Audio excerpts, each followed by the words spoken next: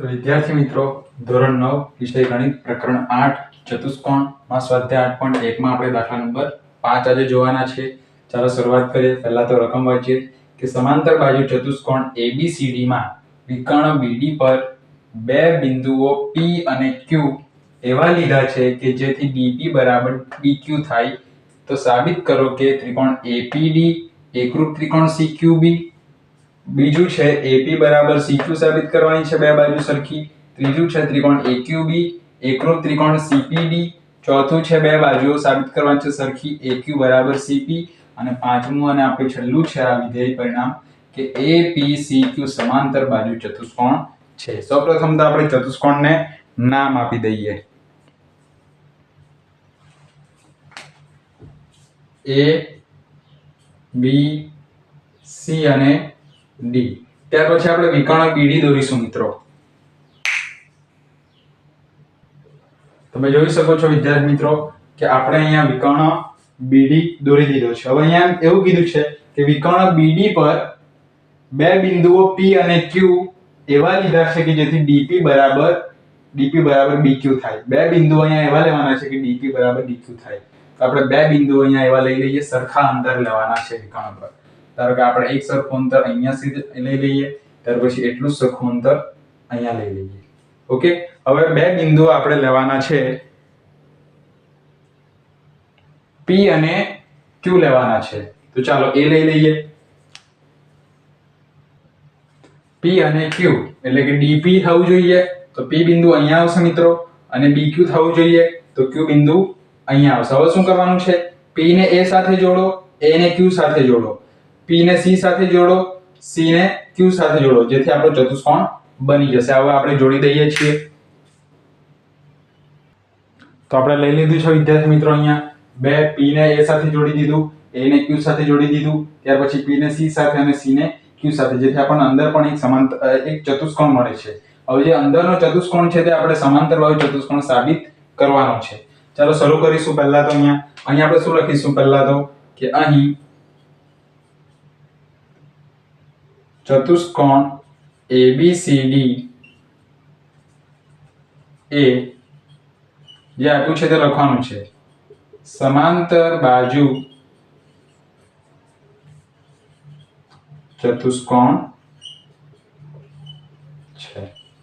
બરાબર છે? જે આપ્યું છે તે લખવાનું છે, બીજું કશું જ નવું નથી વિદ્યાર્થી મિત્રો. હવે બે બાજુના પકડી લઈશું આપણે. AD સમાંતર BC. અહીં આપણે લખવાનું કે અહીં AD સમાંતર BC છે. બરાબર છે? AD બાજુ અને BC તેમની છેદિકા કઈ છે? તેમની છેદિકા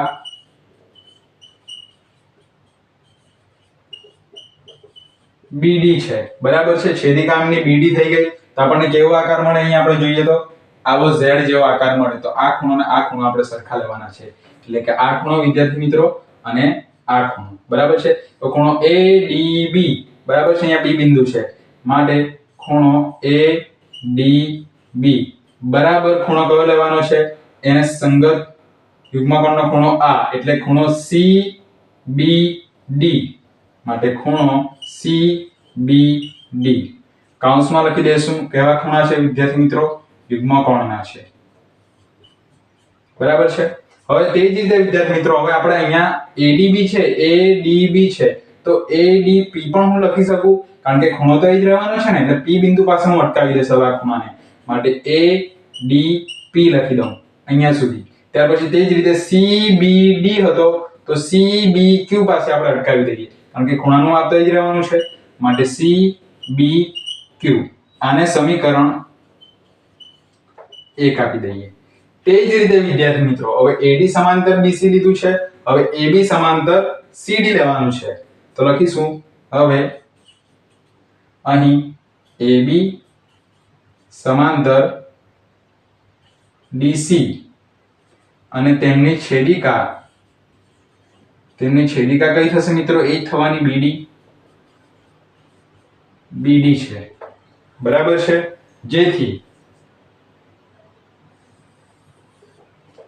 જેથી આપણે લખીશું હવે આપણને કયો આકાર મળે છે? અહીંયા આવો આકાર મળે છે. આ આકાર મળશે મિત્રો. આ યુગ્મકોણની જોડ પહેલા આ લીધી તો તો હવે આ લેવાની એટલે કે ખૂણો ABD માટે ખૂણો ABD બરાબર ખૂણો કયો લખીશું એની સામેનો સંગત ખૂણો CDB ત્યાર પછી જેવું આગળ કર્યું હતું કે બંનેને અહીંયા અટકાવી દીધા હતા તે ત્યાં જ અટકાવી દો પહેલો ખૂણો છે ABD તો ABD છે તો ABQ પાસે અટકાવી દો અહીંયા બરાબર છે તો માટે ખૂણો ABQ થઈ જશે અને CDB છે C એટલે કે આ ખૂણો CDB છે તો CDP લખી દો ખૂણો CDP આને સમીકરણ 2 આપી દો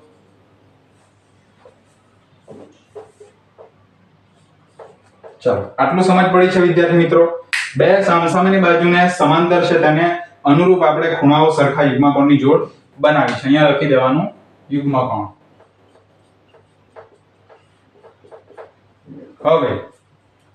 હવે શું પકડવાનું આપણે પહેલું વિધાન આપણું કે ત્રિકોણ APD અને ત્રિકોણ CBQ માં જોઈએ આપણે હવે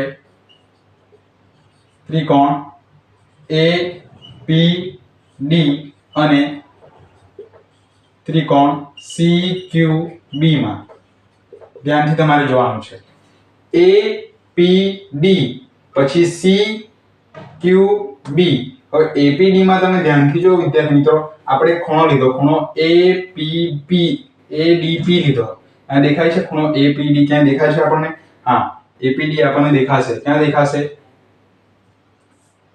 ADP દેખાશે આપણને તો ADP ક્યાં ગયો ADP આ દેખાઈ રહ્યો છે આપણને ADP તો આ ખૂણો અહીંયા લખી દઉં ખૂણો ADP બરાબર ખૂણો એને સંગત કયો ખૂણો છે આ છે તો CBQ ક્યાંક દેખાય છે આપણને હા દેખાય છે આયરો તો CBQ ખૂણો શું લખી દઈશું સમાન ખૂણા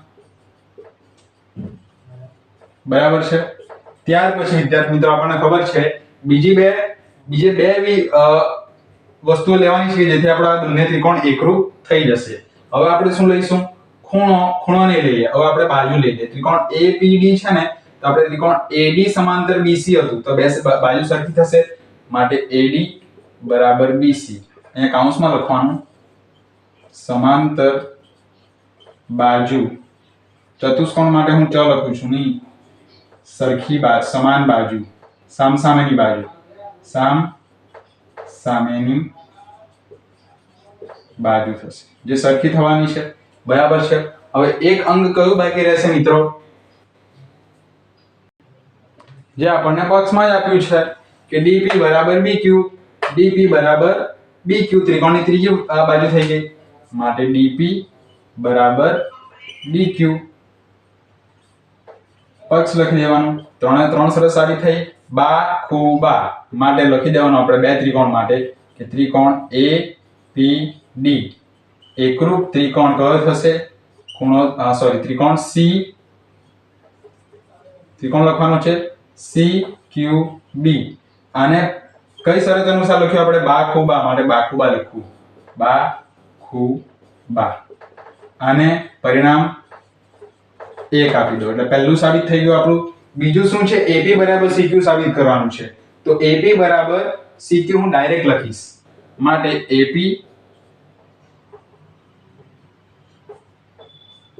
બરાબર CQ કારણ શું લખીશ CPCT એકરૂપ ત્રિકોણના અનુરૂપ ખૂણાને બાજુ કેવા હોય છે સરખા હોય છે તેની બાજુ થઈ ગઈ ને આ બંને બરાબર છે માટે આપણું આ બીજું પણ પરિણામ સાબિત થાય છે માટે આપણે આને પરિણામ 2 આપી દઈએ ત્રીજું શું આપ્યું છે ત્રિકોણ AQB અને એકરૂપ ત્રિકોણ CPD આપણે સાબિત કરવાનું છે તો હવે લખવાનું હવે ત્રિકોણ AQB બરાબર છે વિદ્યાર્થી મિત્રો અને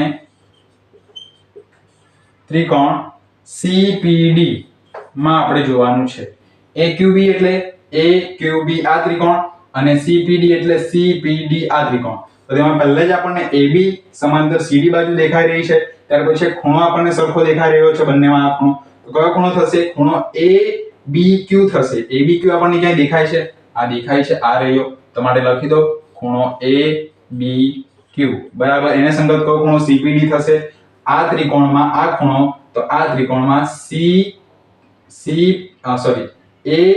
BQ થશે તો એને સંગત ખૂણો થશે CPD, સોરી CDP, એટલે કે આ ખૂણો થશે. તો ખૂણો CDP. એક આપણને વસ્તુ સરખું મળી ગયું.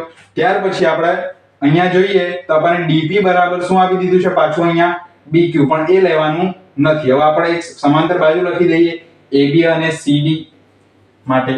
AB બરાબર CD લખવાનું. અહીંયા લખ્યું તેમ કે સમાંતર બાજુ ચતુષ્કોણ, ટૂંકમાં લખું છું સમાંતર બાજુ ચતુષ્કોણની સામસામેની બાજુ.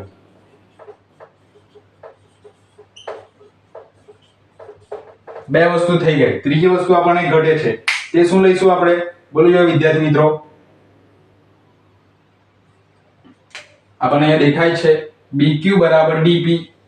BQ આપણને DP આ ત્રિકોણના ભાગમાં આવી જાય છે, બંને ત્રિકોણના ભાગની બાજુ, માટે લખી દો.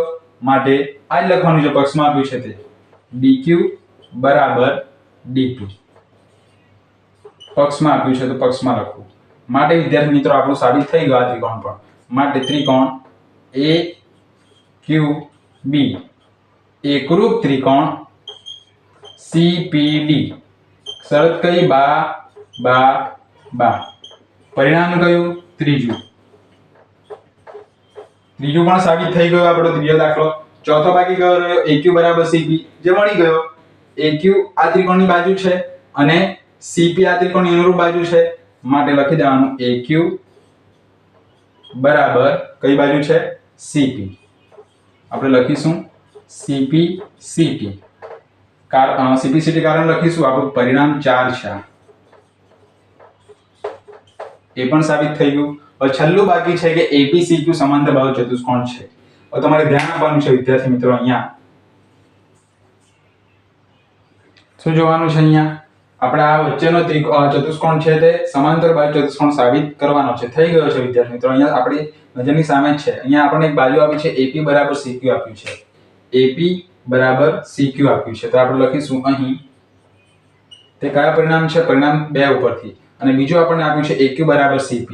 AQ બરાબર CP. સામસામેની બે બાજુની જોડ સરખી હોય તો ચતુષ્કોણ કેવો હોય? હંમેશા સમાંતર બાહુ ચતુષ્કોણ હોય. માટે અહીં આપણે લખીશું શું લખીશું કે AP બરાબર CQ અને બીજું કયું આપ્યું છે? AQ બરાબર CP.